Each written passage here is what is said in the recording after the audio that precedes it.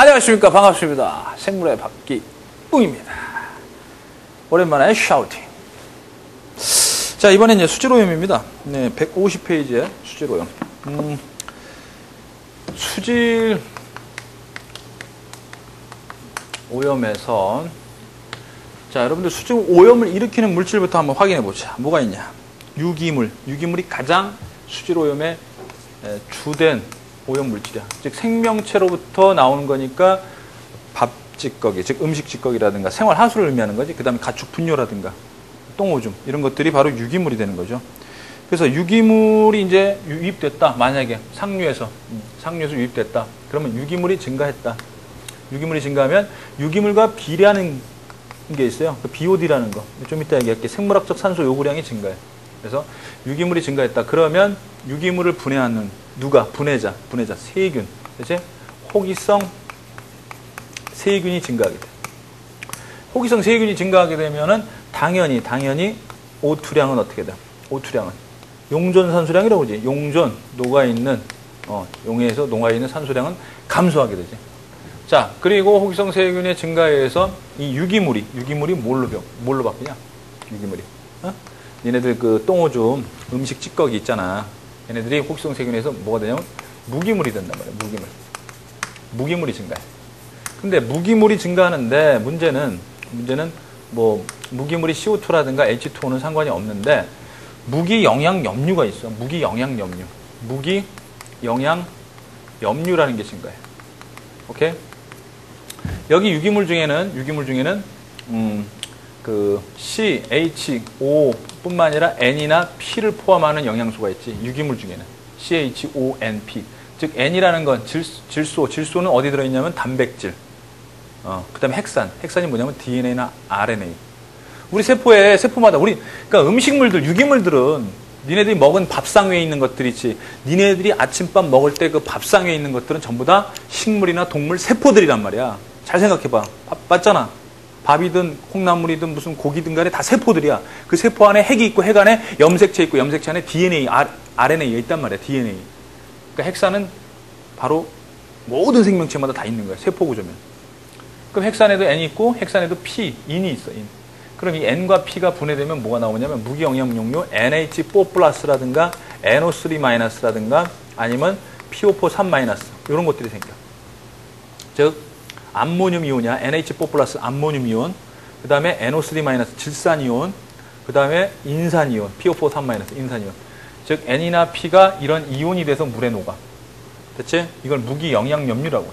그러면 다량의 유기물이 유입돼서 다량이 분해되면 유기물이 다량 분해돼서 이게 많아지는 현상을 우리는 뭐라고 그러냐면 풍부해진 무기영양염류다 되었다라고 해서 부영양화다 이렇게 얘기해.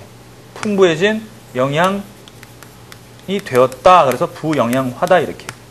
다시 부영양화의 정의가 뭐라고? 부영양화의 정의가 유기물이 다량 유입돼서 우리 똥오줌, 음식 찌꺼기, 가축 분뇨 이런 것들 하여간 무조건 생물과 관련된 놈들이야.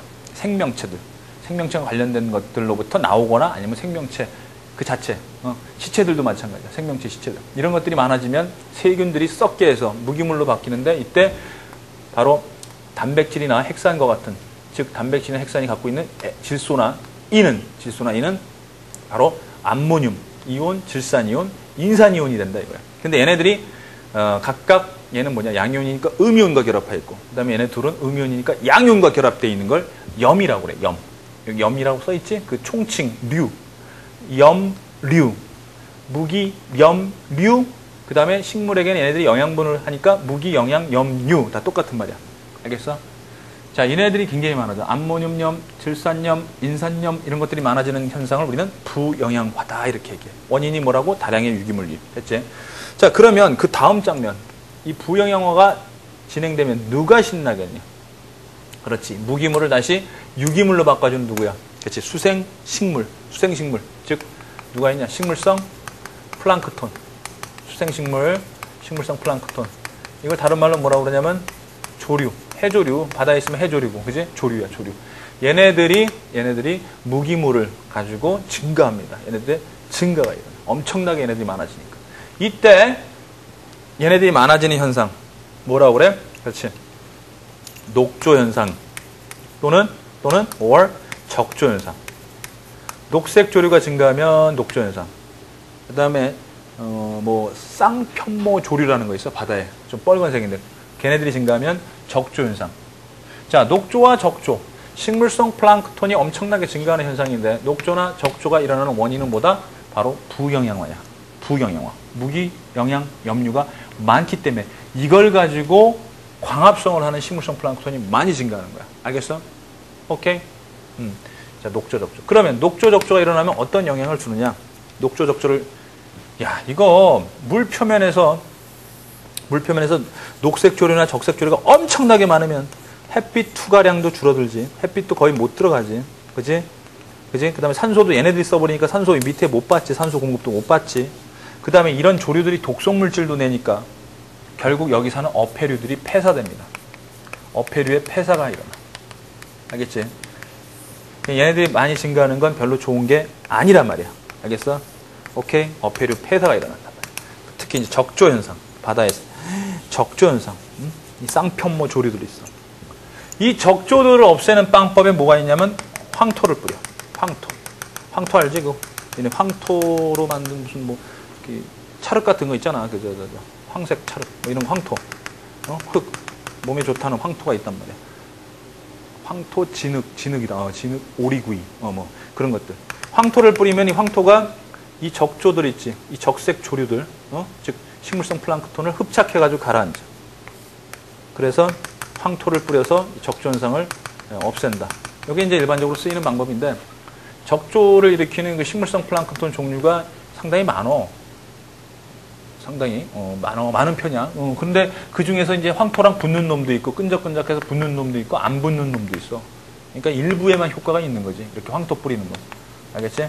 황토를 왜 뿌리냐? 그러면 적조 현상을 없애기 위한 거다. 즉 적색 조류를 흡착해서 가라앉히게 하기 위한 거야. 요걸 막기 위해서 어패류 폐사를 막기 위해서. 알겠지? 자, 근데요 이렇게 잘 보자. 수질오염 강물이야. 이제 강물이라고 생각했을 때 수질오염이 생겼어. 유기물에 의해서. 그럼 호기성 세균이 분해해서 무기물로 돌려줬고 그다음에 부영양화 됐고 다시 식물성 플랑크톤이 얘네들 흡수해서 다시 이제 식물성 플랑크톤이 살아가고 얘네들은 또 물고기의 먹이가 되고 그러면서 물고기의 먹이가 되면서 얘네들이 뭐 폭발적으로 증가를 안 했다고 치면은 결국은 뭐가 없어진 거야? 유기물이 줄어든 상태가 되는 거 아니야. 오염물질인 유기물이 줄어들었다는 얘기죠. 그러면 이게 바로 자정작용이 일어났다는 얘기야. 이런 게 자정작용이 일어난 거야. 알겠냐? 스스로 정화시키는 작용이 일어나게 된 거란 말이야. 알겠지? 그래서 자정작용이 잘 일어날 조건이 뭘까? 자정작용이 잘 일어날 조건. 잘 생각해봐. 어떻게 해야지 빨리빨리 이 과정이 일어날까? 분해자인 얘가 많아지면 되겠지. 분해자인 얘가 많아서 빨리빨리 분해시키면 되지. 이 분해시키면 얘네들 오염물질이니까 유기물 오염물질이니까 분해시키면 되니까. 근데 얘가 산소가 없으면 잘 분해가 안 되니까 산소를 계속 공급해줘야 돼. 산소를 계속 공급해줘야 돼. 그래서 물에다가 산소를 계속 공급해주는 거 있지. 폭기조 뭐 이런 거 있어. 폭기조, 기포를 넣어주는 게 있어. 그래서 이제 뭐 이렇게 수조 같은 경우도 보면은 여기다 이렇게 해서 막 기포가 막 들어가게 하는 거 있잖아. 그러면 얘네들 자정작용이 잘 일어나. 잘 썩지가 않아. 알겠어? 고여있는 물이 잘 썩는 이유는 산소가 바닥났기 때문이야. 산소가 만약에 잘 들어. 산소가 바닥나게 되면은 호기성 세균이 번식을 못하니까 그 다음엔 누가 번식하게 되냐면 혐기성 세균이 번식하게 돼. 혐기성 세균. 이게 바로 고여있는 웅덩이, 고여있는 물. 그러니까 가만히 고여있어. 니네 어항도 고여놓으면 썩어. 거기다 기포를 계속 공기를 산소로 공급 안 해주면 썩어. 오케이? 어항도. 그러니까 웅덩이나 호수 같은 것도. 그러면 썩는다는 거. 이거 혐기성 세균은 산소 없이 유기물을 분해하니까 산소 없이 분해할 때 나오는 물질들이 뭐 황이나 질소나 뭐 암모니아 이런 것들 악취 심합니다. 완전 썩는다. 야, 디케이, 부패한다. 이럴 때 혐기성 세균이 작용했다는 얘기야. 산소가 부족하다는 얘기지. 알겠어? 그러면 이렇게 썩지 않게 하기 위해서 산소를 계속 공급해줘야 돼. 산소 공급해주면 어떠니? 혐기성 세균이 계속 증가하면서 유기물을 쫙 계속 분해할 수 있겠지. 그러면 자동작용이 잘 일어날 조건이 뭐야? 산소를 잘 공급해줘야 되니까. 산소를 잘 공급해줘야 되니까 어떻게 해주면 돼? 물살이 어때? 빠르면 되지. 물살이 빠르다. 어때? 느리게 천천히 또는 고여있는 물, 그 다음에 천천히 흐르는 것보다 빠르게 흐를수록 공기 중에 있는 산소가 잘 유입돼. 맞아? 그 다음에 굽이쳐 흘러야 돼. 굽이쳐 흘러야 돼. 그 다음에 바닥이 자갈이 있어야 돼. 바닥에 자갈. 왜? 그래야지 바닥에 자갈이 있으니까 물이 요렇게 출렁거리면서 흘러내린단 말이야. 한마디로 얘기하면은 계곡을 생각하면 돼. 상류. 상류의 계곡. 여기 상류 계곡물이 썩는 거 봤니? 폭포가 썩는 거 봤니? 아니지. 걔네들은 표면적이 커서 공기하고 접촉 면적이 크기 때문에 산소가 굉장히 많이 녹아 들어가. 거기다가 물에 수생식물 있지. 이 수생식물이 많으면 광합성을 통해서 뭐가 공급되니? 그렇지. 산소가 공급돼. 오케이? 따라서 공기와 접촉을 많이 하든지 광합성을 통해 가지고 어떻게 산소 공급이 원활할수록 자정작용이 이 과정이 잘 일어난다는 얘기야. Understand? 자, 여기 가장 기본적인 메커니즘입니다. 자정작용에. 그러면은 다시 한번 우리들의 교재로 정리를 해보자. 유기물 어디냐? 150페이지 맨 위에. 유기물. 자, 유기물이 많아지면은 거기 이를 분해하는 미생물이 급격히 증가한다. 이때가 누구라고? 미생물 써줘. 호기성 세균. 그럼 호기성 세균이 급격히 증가해 물에 녹아있는 산소량이 줄어들어 용존산소량이 줄어든다는 얘기고, 그러면 용존산소량이 굉장히 많이 줄어들었을 때 피해를 보는 게 뭐냐면 수중생물이야. 그래서 수중생물이 떼죽음 당할 수 있어. 지나치게 많은 유기물이 들어가면은 호기성 세균이 지나치게 많이 증가해서 산소가 지나치게 많이 소비되면 결국은 수중생물이 떼죽음을 당할 수 있다는 얘기. 그 다음에 영양염류, NP 봐봐. NP. 질산염, 인산염과 같은 영양염류의 양이 증가하면. 자, 영양염류. 암모늄염. 자, 암모늄염, 인산염, 질산염, 인산염. 이런 게 영양염류거든. 또는 무기영양염류거든. 얘네들의 양이 증가하면. 식물성 플랑크톤이 급격한 증식으로, 그렇지. 그 다음 장면이 녹조나 적조가 일어날 수 있다라고 설명했어. 그죠? 그 다음에 중금속. 이건 생물농축이야. 중금속. 그래서 보통 이제 보초적인 공장이 이제 폐수 같은 데서 이제 많이 섞여 나오는데, 이런 건 이제 몸에서 배출이 안 되고 다른 물질을 분해가 안 되기 때문에 생물 농축을 일으킬 수 있는 그런 오염물질이야. 알겠지? 중금속. 그 다음에 화학물질, 살충제, 합성, 세제, 뭐 이런 것도, 자, 살충제 같은 경우도 역시 식물이나 물에다 뿌리면 우리 인간에게 옵니다. 생물 농축되고요. 맞아요. 그 다음에 합성 세제 같은 경우는 인산염 같은 게 좀 포함되어 있어. 인산염. 그래서 요런 부영양화를 일으킬 수 있어. 알겠지? 합성 세제 많이 사용하지 말라는 얘기야. 오케이? 자, 그 다음에 거품이 나가지고, 거품이 막 뽀글뽀글하는 그 강물 봤냐, 혹시? 거품 많으면은, 거품에 거품을 뚫고 산소가 들어갈 수 있겠냐, 없겠냐? 없지. 산소가 공급돼야지 물이 오염이 안 된다니까. 빨리빨리 분해된다니까. 산소가 못 들어가면 끝장인 물이 되는 거야.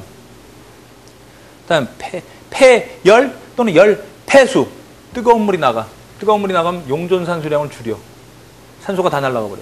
기체에 대해 용해도가 줄어들어. 온도가 올라가면. 뜨거운 물. 그러면 수중생물이 떼죽음 당할 수 있다는 얘기야. 산소가 줄어드니까. 그리고 자정작용도 잘 안 일어나게 되겠지. 그 다음에 석유. 이 석유가 지금 어디죠? 저쪽 미국 어디냐? 플로리다냐? 어디냐? 멕시코만? 거기서 지금 엄청난 양의 그 석유가 지금 쏟아져 나오고 있답니다. 일단은 1차적으로 생태계에 엄청난 재앙이 닥쳤구나. 저는 이렇게 생각하고요. 두 번째, 아깝다. 이런 생각도 들고요. 정말 그 밑에서 쏟아져 나오는, 근데 그걸 감당하는 그 수중 생물들은 얼마나 괴로울까. 정말 장난이 아닐까. 우리 근해 연안에서도 유조선이 뭐 이렇게 원유가 유출돼서 태안반도 쪽에 상당히 그 고통을 당했던 그런 시절이 있는데, 그건 뭐 지금 잽도 안 되는 그런 상황이죠. 어쩌려고 지금 이러는지 모르겠어요. 자연을 이렇게 괴롭히면은 대재앙이 찾아온다라는 거 모르시나? 참. 근데 석유도 가만히 있어 봐봐. 자연의 일부인데. 근데 자연의 일부에 파묻혀야 되는 걸 기껏 뚫어가지고 왜 바다에다가 흘리냐 이거지. 어쨌든 지금 생태계가 지금 상당히 많이 파괴되고 있는 게 바로 여기 나온 석유입니다. 거기 보세요. 유출된 기름이 얇은 기름막을 형성한다 그러죠. 물 위에 뜨니까, 가벼우니까 떠가지고 기름막 형성하면 역시 이게 차단이 되는 거야. 알겠지? 그러면 당연히 그 바다 위에도 얇은 기름막이 있으면 어떻게 되나? 수중 생태계, 산소 공급이 안 되니까. 그죠? 말로 표현할 수 없는 그런 재앙이 닥치게 됩니다. 좋습니다. 이게 바로 수질 오염 물질이었고요. 자, 이제는 수질 오염에 판정하는 그 지표가 있어. 지금 여기 내가 지금 BOD라는 걸 써놨고, 여기 용존산소량인데 여기 DO라는 걸, 이게 디잘브드 옥시전, 용존산소량이야. 요거는 Biological Oxygen Demand, 생물학적 산소 요구량이야. 그래서 BOD는 뭐에 비례하는 값이냐 하면 유기물에 비례하는 값이고, DO는 당연히 산소량, 산소에 비례하는 값이죠. 오케이? 그러면은 맑은 물일 때는 어떻게 되냐? 맑은 물일 때는 얘가 BOD는 낮고 DO는 높아야지 청정 지역이야. 알겠지? 이래야지 청정이다. 하지만 오염되면 어떻게 되지? 오염되면 BOD는 증가하게 되는 거야. 증가하면 오염된 거고 산소 값은 줄어들게 되겠지. 됐지? 이렇게 이제 상대적인 척도를 나타내고, 그러면 BOD 값은 어떻게 구할까? BOD. 즉 생물들이 얼마나 산소를 요구하는지 어떻게 알아? 이렇게 그 물에서 두 개의 시험관에다 물을 떠. 특정 지역의 하천에 물을 떠. 특정 지역의 하천에 물을 떠서 하나는 즉시 DO를 측정해. 하나는 즉시 녹아있는 산소의 양을 측정하는 거야. 그 다음에 하나는 5일 후에 DO를 측정해. 5일은 기준이야. 그냥 이렇게 정한 거야. 5일 후에 남아있는 산소의 양을 측정하는 거야. 자, 그러면은 즉시 DO 측정했을 때 10만큼 10ppm만큼 산소가 있었다. 진짜. 근데 5일에 DO를 측정하니까 7ppm이야. 7ppm. 그 차이가 바로 뭐야? 5일 동안 쓴, 여기 눈에도 안 보이지만 유기물도 있고 호기성 세균도 있을 거 아니야. 유기물이 줄어들었겠지. 왜? 호기성 세균이 분해했지. 호기성 세균이 그때 산소 썼겠지. 오케이? 산소를 썼겠지. 그 3ppm이 바로 이 호기성 세균이 필요로 했던 산소란 얘기야. 이렇게 귀를 기울이고 이렇게 들어보면 산소 줘. 이 세균들이, 호기성 세균이 산소 달라고 아우성을 치더란 말이야. 산소 줘. 이렇게. 알겠지? 그게 바로 뭐다? BOD. BOD는 어떻게 측정해? 즉시 DO를 측정한 데서 5일로 DO 측정한 걸 뺀 값이 바로 BOD다라는 거. 이때 조심해야 될 게 뭐냐 하면은 5일로 측정할 때 얘네들 일단은 산소 못 들어가게 막아야 된다. 막아가지고 밀봉시켜야 되고, 오케이?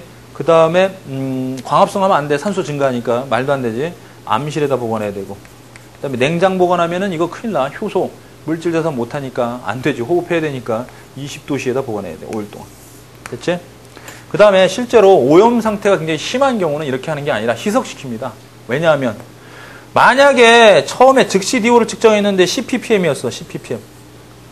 그런데 5일이 되니까 빵이 됐어. 빵. 그건 뭐야? 얘는 5일 후에 딱 보니까 빵이란 말이야. 산소가 없어. 그럼 얘는 10ppm이냐? BOD가? 야, 만약에 얘가 10ppm을 3일 만에 다 썼다고 치자. 3일 만에. 3일 만에 지금 10ppm이 지금 빵이 됐어. 그래도 10ppm이니? 만약에 20ppm 있었으면 더 줄어들었을 수 있잖아. 그치? 따라서 오염 정도가 심할 때는요, 물로 희석을 합니다. 물로 1000배를 희석했다. 예를 들어 1000배를 희석했다. 됐지? 1000배로 희석한 다음에 요걸 나오죠? 그럼 이 값에 다시 1000을 곱해주면 돼. 알겠지? 실제로 이렇게 이제 측정을 하는 거야, 사실은. 알겠어? 오케이. 참고로 알아두세요. 뭐 수질기사 뭐 자격증인가 아니면 기사 시험 이런 거 있어요. 거기에 이제 이런 수질 오염 측정하는 방법 이런 것들도 문제가 나오기도 하고 그렇습니다. 좋습니다. 수질 오염의 판정, DO 값, Dissolved Oxygen, 1리터에 녹아있는 산소의 양, 단위는 ppm 한번 땡그라미 쳐볼래? ppm. 자, AM 2 PM 2 죄송합니다. 2는 앞에 붙어야 되죠. 자, 이때 ppm이 있는데요. ppm이 뭐냐? 자, ppb도 있고요. ppb. 자, ppm은 뭐냐면요. part per million이야. part per million. part per million. million은 100만 분의 1이지. 100만 분의 1. 10, 100, 1000만, 10만, 100만 분의 1. 자, 이거는 part per billion. part per billion. 그렇지. 10억 분의 1. 10억 분의 1. 이게 엄청나게 작은 단위야. ppb가. 이게 더 작은 단위다. 와. 근데 ppm이 100만 분의 1이면요. 1리터에 1mg 들어있는 거다. 1리터의 물에 1mg. 왜냐면 1리터가 1kg이고 1kg은 1000g이잖아. 그 다음에 1g이 또 1000mg이니까 1g이 또 1000mg이니까 공 3개를 더 보태주면은 100만 mg이 돼, 결국은. 그래서 100만 mg 중에, 100만 개 중에 하나가 바로 1ppm이라는 뜻이야. 1ppm. 100만 개 중에 하나. 1ppm. 됐냐? 1리터 페트병에 1mg 들어있는 게 1ppm이면 이거는 그 페트병, 오우 마이 갓, 굉장히 10억 분의 1로 나눠서 그거의 하나가 바로 1ppm가 되는 거야. 상당히 작은 개념이지. 근데 보통 1ppm 같은 경우는 환경 호르몬 같은 경우 측정할 때 씁니다. 물론 다른 것도 있지만, 오케이? 자, 환경 호르몬 같은 경우는 이제 내분비계 교란 물질이라고 그러죠. 내분비계 교란 물질. 그래서 이게 정확한 이제 명칭이죠. 호르몬은 우리 몸에서 이제 합성돼가지고 우리 몸에서 이제 신호를 주고받고 하는데, 우리 몸에서 이제 호르몬들이 지금 세포들과 세포들끼리 서로 이제 주고받고 이제 신호를 커뮤니케이션 하고 하지 않습니까? 의사소통. 근데 거기에 딱 끼어들어서 방해하는 놈이야. 응? 절대로 지금 뇌에서 명령을 안 내렸는데 얘네들이 들어와가지고 가가지고 교란을 시키는 거야. 야, 제발 분열 좀 해. 살살살살 꼬셔가지고. 오케이? 그래서 남자를 여성으로 만들고 막 이렇게 됩니다. 그래서 수컷들이 지금 환경 호르몬에서 많이 태화되고 있다 이런 얘기야. 알겠지? 그래서 여기에 관련된 뭐 자료는요. 자료라기보다는 그 내용들은 제가 좀 많이 알고 있습니다만은 여기서 밝히기에는 좀 곤란한 내용들이 좀 있습니다. 예전에 한번 EBS에 그서 뭐 찍다가 이제 얘기하려고 하다가 편집당했습니다. 그래서 이제 지금도 얘기하면 편집당할 것 같으니까 그냥 환경 호르몬이 여러 군데 좀 있으니까 각별히 좀 신경을 써달라. 여기까지만 얘기하겠습니다. 지금 여러분들이 보고 있는 방송 EBS 공영방송. 자, 좋습니다. 그 다음에 계속 가겠습니다. DO하고 BOD 값에 대한 얘기했고, 그 다음 ppm에 대한 얘기했습니다. ppm 100만 분의 1이다 라는 거 잊지 마시고요. 그 다음에 COD가 있어요. COD. COD는 Chemical Oxygen Demand. COD하고 BOD하고 같은 개념이다. COD하고 BOD하고. 그러니까 BOD나 COD나 뭐에 비례하는 값이냐면 유기물에 비례하는 값이에요. 그러니까 얘가 많고 얘가 많다. 증가했다. 그럼 유기물이 많아졌다는 얘기니까 오염됐다는 얘기예요. 근데 같은 지역에서 이 같은 지역의 이 물에서 얘하고 얘를 측정했을 때 얘 값이 좀 더 높아. 얘가 좀 더 높아. 얘보다, BOD보다. 이유는 뭐냐면 뻔하지. 유기물들이 이렇게 물속에 떠다니는데 유기물 중에 세균들이 달라붙어서 분해할 수 있는 놈. 얘 분해하고 얘 분해하고 우와 신난다! 우와 신난다! 분해하는 놈이 있는데 분해 못하는 유기물도 있어. 탄수화물. 분해 못하는 탄수화물도 분명히 있을 거야. 그래서 요 몇 개는 지금 분해를 못했단 말이야. 그런데 COD를 측정하기 위해서 강력한 산화제를 넣어.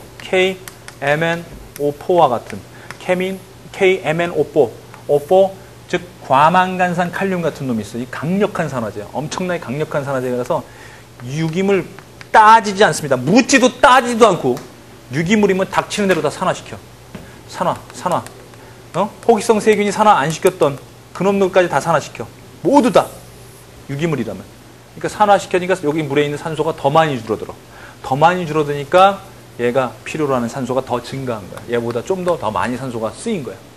알겠지? 그런 뜻이야. 참고로 알아둬. 그 다음에 지표생물 나오죠? 맨 밑에 지표생물을 보시면 사실 그렇습니다. 제가 예전에 몇 년 됐네요. 그 하천에 들어가서 이제 그 수영을 하고 있었어요. 물론 제가 제 발바닥은 그 하천의 그 지면과 닿고 있었습니다. 왜 그러냐면 제가 발을 뛰는 순간 균형이 무너져서 얼굴이 하천의 바닥을 향합니다. 한마디로 얘기하면 맥주병이란 얘기지. 물론 일단 체형은 제가 지금 갑바가 나오고 역삼각형의 굉장히 그 수영선수 같은 체형인데 사실 이게 EBS 공영방송이 아니면은 저는 나시 입고 수업을 합니다. 사실 여름에 현장 강의에서 나시도 막 입고 그래요. 그래서 이렇게 하면서 이제 강의를 하고 이렇게 좀 하고 있습니다. 안녕히 계세요 이러면서요. 자 이렇게 하는데 여기서 그랬다가는 저 쫓겨납니다. 그래서 안타깝지만 여러분들은 제 몸매를 볼 수는 없고요. 그런데 웃긴 게 몸매는 수영선수 몸매인데 왜 물에만 들어가면은 바닥을 향해서 가냐 이거죠. 저는 상당히 그게 궁금합니다. 아무리 발버둥 쳐도 몸은 가라앉기만 하더군요. 알 수 없어요. 어쨌든 간에 그때 저는요, 그 하천에서 플라나리아를 만나서 인사를 나눴습니다. 그때 기억나는군요, 플라나리아하고. 너 뭐 먹고 사니? 뭐라고 얘기했는데 제가 기억이 잘 안 나네요. 자, 아침 뭐 먹었니? 아, 그렇지, 아침 먹었네.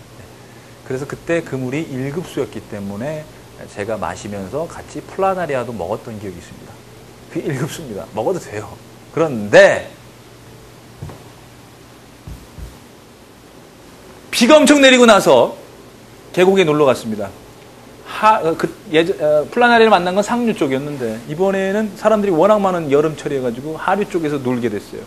텐트 치고. 근데 여름이니까 물에는 한번 들어가야죠. 물에 들어갔어요. 물에 들어갔더니 이번에 만난 놈 실지렁이야. 5급수네? 사용할 수 없는 물. 실지렁이가 5급수였어요. 내가 그 실지렁이 보고 다시 널 만나고 싶지 않다. 그러고 나왔습니다. 네, 그날 설사를 좀 했죠. 네, 5급수입니다. 알겠습니까? 내가 딱 들어가서 그때 물속에서 본 놈이 요 색이 있으니까 이게 몇 급수구나 알 수 있게 해주는 게 바로 지표종입니다. 아시겠죠? 네. 그래서 1급수에서만 발견되는 게 거기 플라네리하고 버들치. 그 다음에 며칠 전인가요? 좀 오래됐네요. 붕어찜을 먹었는데요. 붕어에서 냄새가 좀 나더라고요. 이 새끼 그 3급수 내지 4급수에 살겠구나. 네, 역시 더러운 물에 사는 놈이 붕어였다 이런 얘기죠. 알겠죠? 지표생물입니다. 자, 그래서 실지렁이가 발견되면은 여러분들 5급수라고 생각해 주시면 되고요. 붕어는 3급수나 4급수 좀 더러운 물에 삽니다. 네. 금붕어는 뭐죠? 네. 자, 그 다음에 151페이지 가서 자정작용 나오는데요. 이거 다 제가 설명했던 내용들이니까 한번 읽어보시고요. 그 다음에 맨 밑에 그 물의 자정 능력 이상으로 과다한 유기물이 유입되었을 때라고 나오죠. 그래서 그때는 제가 여기다 설명했습니다. 혐기성 세균. 그러니까 소위 말해서요. 자, 소위 말해가지고 이 양식장 있잖아. 양식장. 이렇게 생긴 양식장. 양식장에 물고기들 막 있고 하는데 거기다가 여러분들 물고기들 많이 키우려고 사료를 무지하게 많이 줬다. 사료를 엄청나게 많이 줬어. 그럼 생각해봐. 이 사료가 지금 뿌리는 사료가 이 물고기가 다 먹겠니? 이 물고기들이 다 쩝쩝쩝쩝 먹겠니? 아니지. 가라앉겠지 밑에. 가라앉는단 말이야. 얘네들이 점점 가라앉게 되면은 뭐가 되냐면 바로 얘네들이 바로 유기물이 되는 거야. 이 사료가 유기물이기 때문에 얘네들 유기물 먹고 자라는 놈 아니야. 그럼 얘네들이 썩습니다.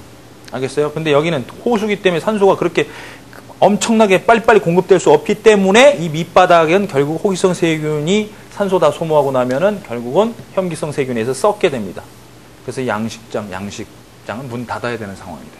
알겠죠? 그래서 그렇게 사료를 팍팍 줄 수 없는 이유입니다. 아시겠죠? 마찬가지야. 어항에서 물고기 키울 때도 사료를 팍팍 주는 거 아니다. 알겠지? 그 다음에 넘겨주세요. 자, 152페이지에 부영양화라든가 이런 건 제가 여기 설명을 다 해드렸습니다. 한번 확인만 해주시면 됩니다. 그 다음에 이제 생물농축은요. 생물농축은 그 중금속, 그 다음에 농약 뭐 이런 거 있잖아. 중금속이나 농약 뭐 이런 것들. 이런 것들이 분해가 안 되죠. 일단은 분해가 안 돼. 그 난분해성이라고 그래. 난분해성. 그 다음에 배설이 안 돼. 배설이 안 돼. 이걸 잔류성이라고 그러죠. 잔류성. 그래서 상위 영양 단계로 올라갈수록 농축된다라는 얘기죠. 그죠? 그래서 최종 소비자가 상당히 많이 피해를 입죠. 그래서 핸드가 쩔어. 오케이. 핸드 쩔어. 제 누구? 미나 맞다. 오케이. 좋습니다. 미나 맞다 병. 수은 중독이죠. 그 다음에 카드뮴. 카드뮴에 요거 감추면 칼슘. 뼈에 많은데 중금속인 카드뮴이 들어가니까 뼈가 이따이. 좀 오케이. 아프다 이런 얘기죠. 자, 이런 것들. 그 다음에 플레이보이니까 예, 불임 좋습니다. 왜 그런지 모르겠습니다. 하여간에 뭐 납중독이라든가 이런 게 여러 가지가 있습니다. 그 다음에 여러분들이 153페이지 좀 봐주세요. 153페이지. 153페이지 봐주시면은 수질오염의 방지가 있네요. 수질오염의 방지. 자, 153페이지 들어가도록 하겠습니다. 네. 자, 153페이지 여러분들 그 펼쳐봐라. 그러면 토양오염이 나와요. 지금까지 이제 대기오염했고 수질오염했고 이번엔 토양오염. 자, 토양오염에 그 흙 속에 들어가는 게 이제 화학비료 들어가죠. 화학비료 들어가고 그다음에 농약, 중금속, 쓰레기와 산업 폐기물인데 이건 사실 수질오염과 거의 비슷해요. 물에 들어가서 오염시키는 거나 토양에서 오염시키는 거나 똑같단 말이야. 알겠지? 그래서 화학비료는 산성화 땡그라미죠. 화학비료는 산성화. 그 다음에 농약은 생물농축 땡그라미치고 생물농축. 중금속은 결국 똑같아. 생물농축 땡그라미죠. 생물농축. 그 다음에 쓰레기와 산업 폐기물은 역시 뭐 생물농축되고 또는 뭐 지하수까지 오염시켜가지고 우리에게 오는 이제 오염된 물질이 이제 올 수 있다. 이런 얘기지. 자, 그러면 토양 오염의 방지는 뭐냐? 뭐 일단 뭐 지금 많이 지금 시행하고 있는 분리수거하고 뭐 일단은 쓰레기가 안 나오게 해야 되지. 쓰레기 좀 안 나오게 좀 해줬으면 좋겠고 화학비료를 안 쓰고 유기비료 써야 되고. 그러니까 유기농 요새 많이 지금 하고 있는데 그 다음에 농약 사용하지 말아라. 그 다음에 미생물이나 여러 가지 그 익충을 이용해서 해충을 제거하거나 뭐 이런 당연한 얘기들을 여러분들이 좀 알아주시면 되겠다는 얘기야. 그 다음에 기타 오염 봐봐. 방사능 오염. 사실 지금은 뭐 여러분들이 그 우리에게 좀 뼈저리게 와닿는 오염은 아닌데 옛날 그 러시아의 그 원전이 좀 원전에서 이제 방사능이 이제 누출된 적이 있고요. 그다음에 우리나라도 방사 저 원자력 발전이라든가 이런 게 있으니까 우리가 방사능 뭐 강국이라고 얘기할 수 있지. 원전 수주도 뭐 이렇게 뭐 수출도 하고 뭐 하니까. 근데 이제 그럴 때 이제 소위 말해서 이제 요런 오염들이 나타나서 우리가 이제 방사능이 노출됐을 땐 DNA에 변이가 생겨서 암이라든가 아니면은 무슨 뭐 다음 세대의 기형아가 나올 수 있다든가 이런 것들 일어날 수 있습니다. 그 다음에 이제 소음 같은 경우는 요거는 정말 좀 짜증나는 일입니다. 정말로 굉장히 기분이 좀 나쁜 거죠. 한참 좀 단잠을 자려고 그러는데 땅을 뚫고 있거나 뭐 이런다면은 완전히 돌아버립니다. 사람이 아무리 그 성인 군자도 피곤해서 자는데 잠 좀 깨우지 말아주세요. 예, 다시 한번 이 정부에게 아니면 우리 제가 사는 구에 얘기하겠습니다. 예, 좀 천천히 아침 일찍부터 공사하지 말아주시길 바랍니다. 쾌적한 나의 수면을 방해합니다. 어쨌든 간에 그렇게 되면은 순환계나 소화계 이상이 나타날 수 있다라고 하는데요. 그래서 제가 나타난 게 소화계 이상입니다. 자, 그리고 오른쪽에 이제 여러분들 보시면 쓰레기가 썩는데 걸리는 시간 있지. 저도 사실 이거 알고 상당히 많이 놀랐습니다. 완전히 서프라이징이죠. 종이가 5개월 정도 걸리고 우유팩도 5년, 비닐루가 30년인데 플라스틱이 80년, 종이 기저귀가 100년 이상이 걸린다네요. 스티로폼이 500년 이상. 그럼 이거 어떻게 되죠, 이거? 쓰레기 이거 썩어서 사라지는데, 완전히 그 무기 환경으로 돌아가는데 이렇게 수십 년에서 수백 년 걸리면 이걸 어떻게 이거 버리면 이거 어떻게 되는 겁니까? 이거 어떻게 제거해야 되냐, 이거? 안 버릴 수도 없고, 재활용 재활용한다라는 거 있고, 그 다음에 일단 안 버려야 되고, 안 써야 되겠지, 일단. 일회용 같은 건 이제 안 써야 되고, 자기 컵 갖고 다니면서 이제 먹어야 되고, 뭐 써야 되고, 뭐 이런 거 있는데, 일단은 뭐, 이걸 분해를 좀 빨리 시킬 수 있는 미생물도 좀 생명공학 방법으로 이제 만들 수도 있고, 이제 하니까, 일단은 과학 기술에 좀 이렇게 의존해야 될 것 같습니다. 일단은 재활용, 알지? 다시 쓰고, 그냥 일회용 안 쓰도록 해야 되고, 알겠죠?